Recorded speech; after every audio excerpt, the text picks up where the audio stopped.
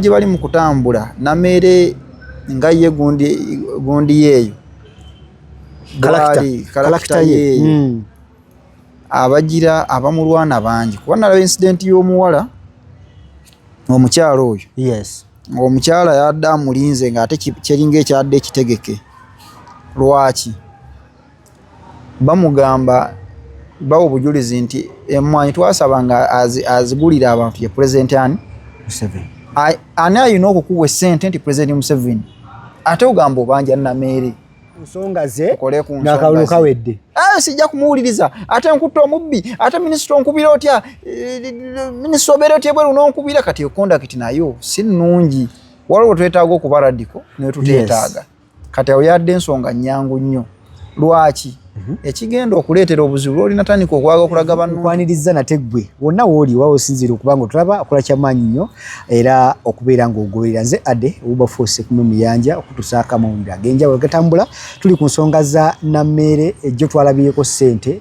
ezakwatiddwa mu nsawo obukadde ebiwera 2 era nga zakusasula abo abalina obutali bumativu oba abalina endowooza oba tuguyite musango abalina cases ez'enjawulo abagamba nti badde bamanja Namere ono n'abantu bangi omuli Fulufiga balina obutakanya bwabwe obutalo bwe wakati ne Kasolo ayina nalo weeruli leero abadde ku chanemu navayo n'agamba obutakanya bwe ne Kasolo we buva era lwaki tebakwatagana nakati ensonga nyingi zetulabye naddala Balamu Balugahale nga mukamaawe bali mu kamera baagala okweyisaamu empi so nga ate bali ku duty emu yakulwanyisa nguzi bingi byonna tugenda kwa tuyitawo tuongere okubeera nga tubitanya ndine Kanso Matovu ono munnamateeka omukukutivu ate era asosowaza ensonga z'ettaka njagala nnyo okubeera naye wa nsonga nti ye atuwa perspective engeri gy'alabamu ebintu bye mu nsonga ez'enjawulo Kanso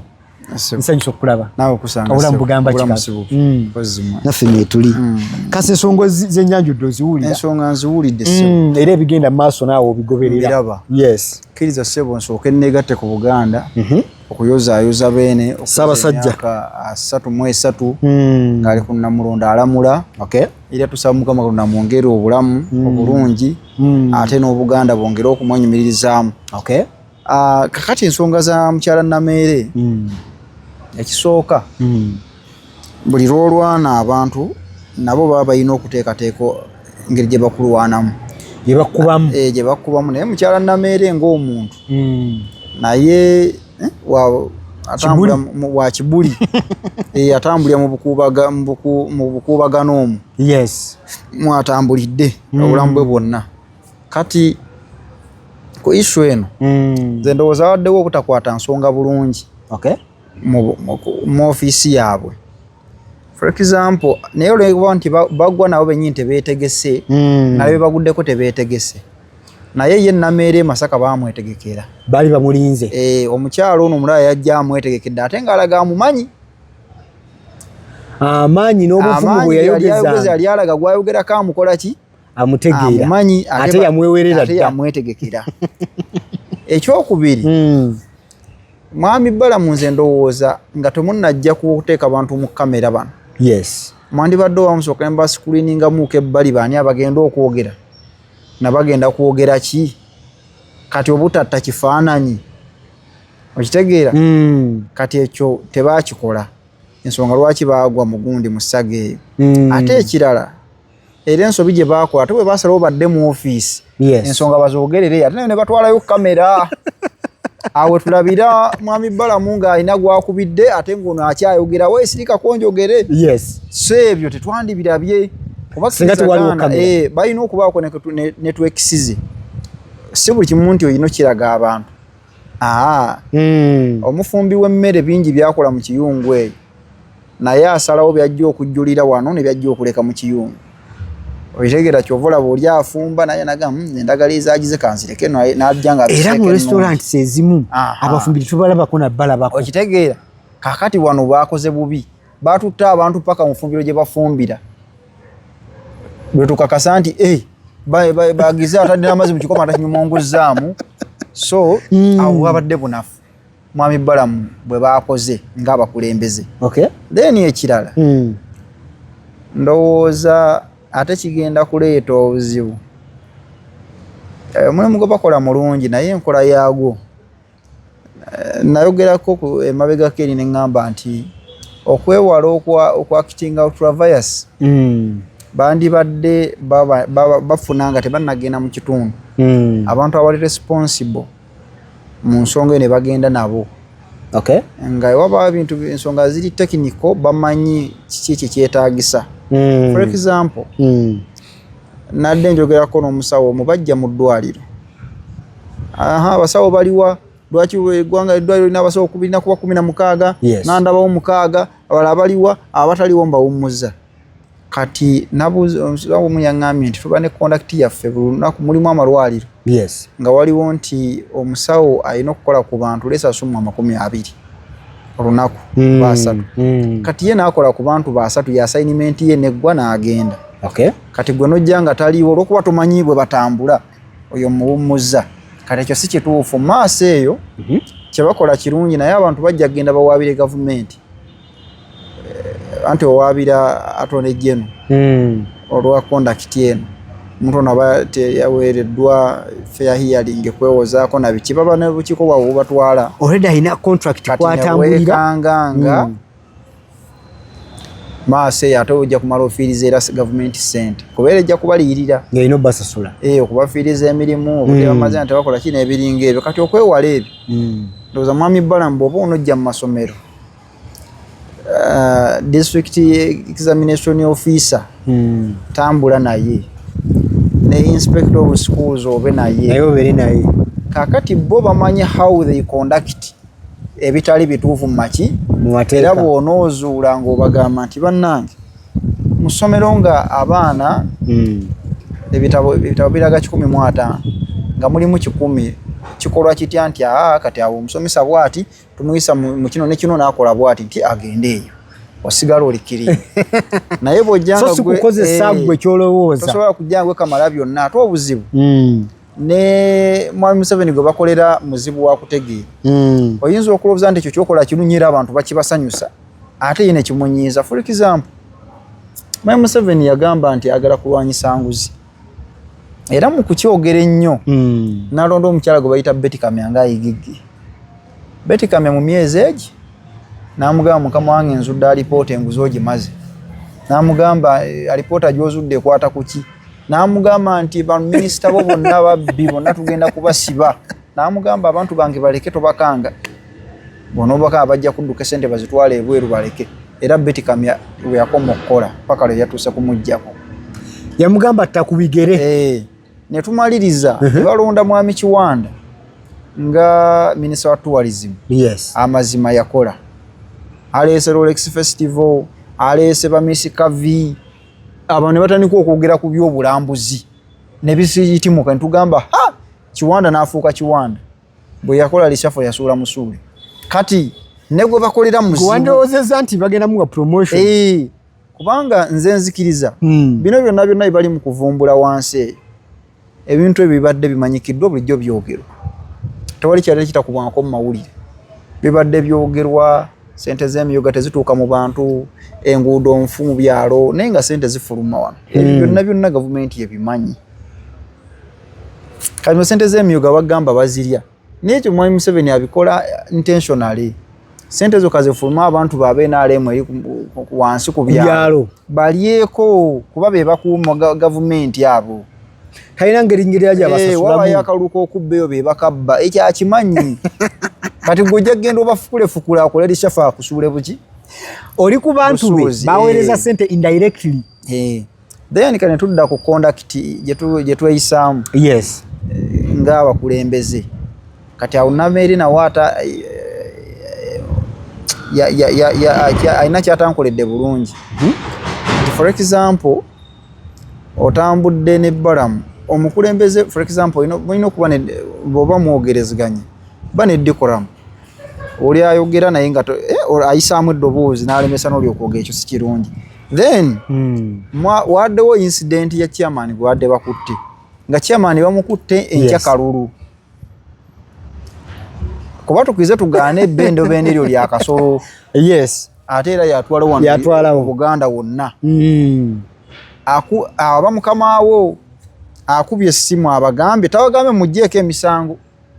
Oyo yeesimbye ku kaadi yaffe NRM kwerosi. Mbadde nsaba musooke mumuleka amala akalulu. Nsonga ze n'akalulu kawedde.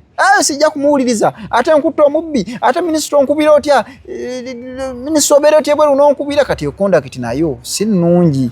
Waliwo twetaaga okuba radiko ne tuteetaaga. Kati awo yadde ensonga nnyangu nnyo. Lwaki? Ekigenda okuleetera obuzibu olina tandika okwaga okulaga banno bo tebakola. Then ogenda ku attracting abalaba abalala baki? Bangi. Bagende bakutulemesa okukola omulimu ate gw'obadde mutambuza obulungi. Okitegeera. So anti kanso. Nammeera okugaana okukwata essimu y'oli. Agamba nti omubbi tumukutte. Lwaki ate nfuna essimu okuva ew'oli okumpa ebiragiro ku ono gwe tukutte? Yamugambye bw'ati. Oyo yeesimbyewo ate wa kibiina kyaffe. Bw'abanga ayina ssente ezitaatambula bulungi naye nkyayina akalulu. Muleke amala okuva mu kalulu. Waba ayina emisango egy'okwanukula gikole ki? Ajanukule gwe n'otandika ate nkutta omubbi ate oŋŋamba mumute. Kati eyo kondakiti teyabadde entuufu. Aye ne wooba olina ky'otakkaanyizza ayinza okuba mulina obutakkaanya mwine kasolo. Naye bwe mujja ku nsonga ezo ezigatta abantu ndowooza kati mulimu obutakkaanya bwe mulina okuleka ebbali ne mutereera bwe mutambula. Kati awo yakozeemu buki? Teyakoze bulungi. Kati kondakiti ayina by'alina okuyiga ndowooza mpola mpola. Yagamba mukyala munnamateeka ekitegeeza ebintu byonna ebisinga amanyi what to do and when to do. Munnange amateeka gano ogalaba.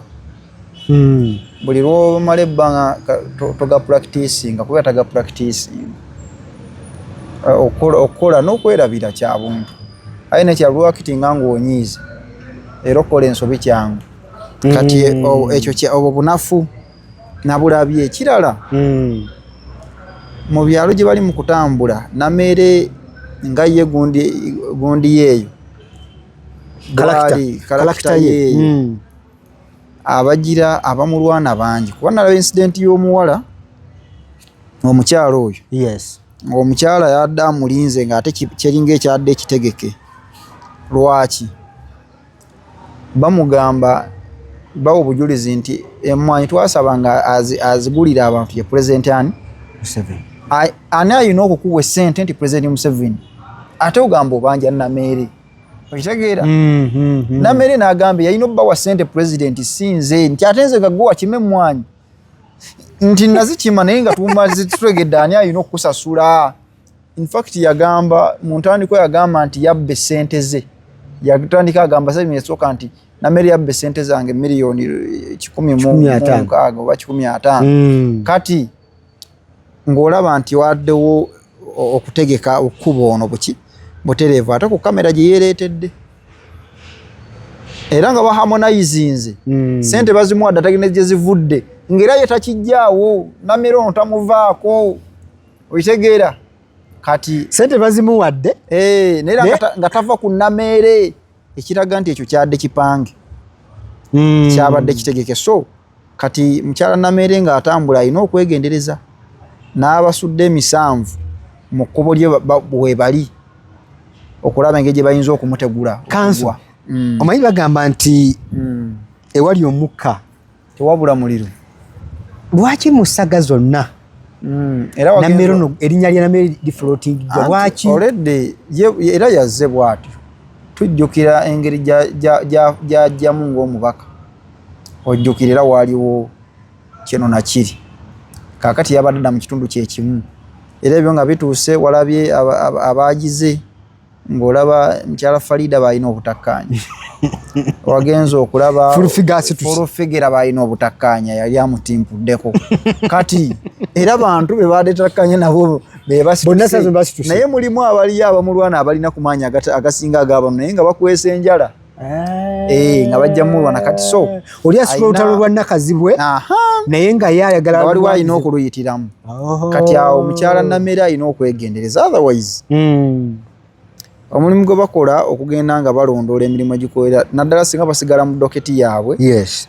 obuvunanyizibwa bamanyi obuvunanyizibwa bwa local government bwe buliwa mu mateeka nze ngamba babasinga okutambulira ebirala ebiri outside their docket gundi ba ministers abali responsible ku nsonga ezo nabo basitukiremu kwa nalabye kati nga batandise okusika omuguwa bagenze mu malwaliro misa bali omunsi abaga muvire mu malwaliro kati bwe munatandika okukayanira emirimu muve mu malwaliro gange bwe munadda mu nguudo ngoenguudo baganange bajja kutta cause kati ate izenguudo kale kuba ebyo biri under local government nti basobola otuuka n'amaya district yalina okukola enguudo nyamu zitulage ebyo byangu byabwe naye so kati bamanye wa kutambulira balina kuyita mu layini ki so okulabika nga tebakosa cause eno gye baliko tebakubagana naye ekirala batambule n'abantu abali responsible ku ekyo kye bagendamu so that tebakola nsobi ate ziyinza kuleetera government kwongera atera kufiirwa ki kufiirwa sente endala so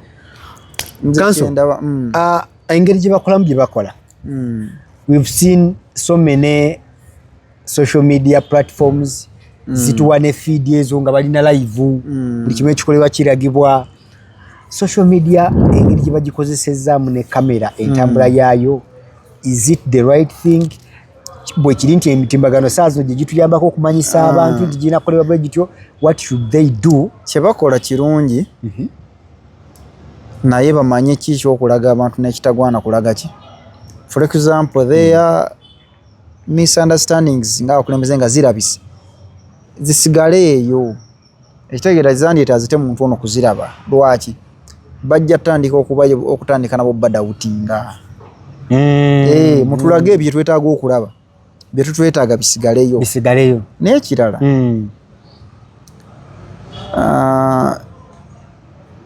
ne bano abakulembeze be baba bagenzeemu olumu oyinza okuboogera taking action yes naye ndowooza naye engeri gye bagiteekingamu ekyukemu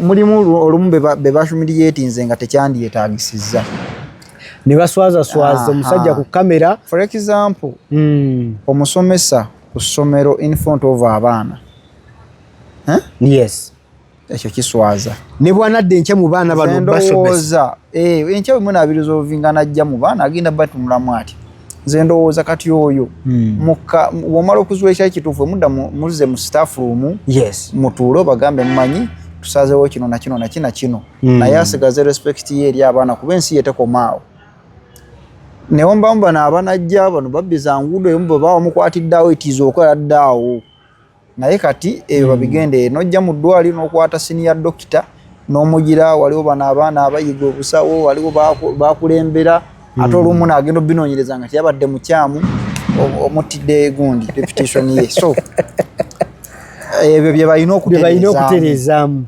otherwise kozi yaabwe simbi sente z'abantu zibbibwa abantu bannayuganda bawa omusolo kanso omuntu omulala ali mu kulaba yalyebuuza ebibuzo bino bwammanga bwe kibanga ddala kituufu kiri nti kozi gye baliko yakulwanyisa buli bwanguzi approach gye bali mu kukozesa eno n'abantu be bali mu kuteeka ku nnenga are they the right approach like be bantu abatuufu okutuukibwako okulwanyisa enguzi nga bo kye baagala okukola nkugambye omulimu gwabwe mu ministry yaabwe okulondoola ministry yaabwe it's their mandate mulimu gwabwe naye bamanyi okuyita yadde nga bo be bali on top naye obukulembeze mulimu abantu abali responsible ku nsonga ezaki ez'enjawulo ng'oze ku district nze ndowooza wandibadde osooka ofuna meeting ng'olina kaawo kuba ye chief administrative officer wa district eyo olina chairman wa C5 olina omubaka awamu mbadde ntandise obbalako n'ababaka ba parliament ab'ebitundu ebyo kati tiimu eyo ng'ogirina then n'abantu abali responsible gundi bakiraaka banaye kiraka yayigira sente ezo ezitambula eziddeno neeri kati nga tunagenda kuwulya asembayo asooka akuwe ono kakubuulire bwe byatambula ekirala waliwo ko webaalaga nga bagamba nze tetwetaaga kulaba bya mpapula olaba ebyempapula biyinza okukola obubi naye twatuuseko mu situation nenamere n'asaba empapula n'agamba nti olinawo olupapula nasayininga leeta obujulizi so kati ebintu byonna tubisuula bannamateeka obujulizi nakyo kikulu yadde nga ngenda kulaba oluguudo we luli empapula kanzitunulemu nfune ne reference ntuuke wali nga ngamba ne ku lupapula muŋŋamba kino wano nga ndaba kino bannange kyandisinze obuki obukulu naye yali mu bagamba twetaaga papula twetaaga service bawa sente mmeka kati ate bwe twatuuka naye bwe twatuuse ku time nga naye ayagala alabe ku bujulizi so kati awo wokka naye nga banaatambula mu layini yaabwe n'ekirala we batalina gundi baleke kubanga tulina ebintu mu ggwanga bigwa mu ministries ez'enjawulo kati nga kondakiti yeeri ndala n'amateeka gaayo n'ageeno kati ebyo byonna babigenderere kale bw'oba onoosaatuukirako ewa munno leka abaaweya naye akuwa ettiimu eri responsible awo obona ekitali kituufu kyangu kyakulaba najja wano nga babagamba kuzimba buli ssomero lya gavumenti tukulina okugendako ekizimbe kya miryango 4 bwe naatuuka n'endaba 3 nga neebuuza lwaki giyesa nyina inspector gundi inspector of schools nyina district examination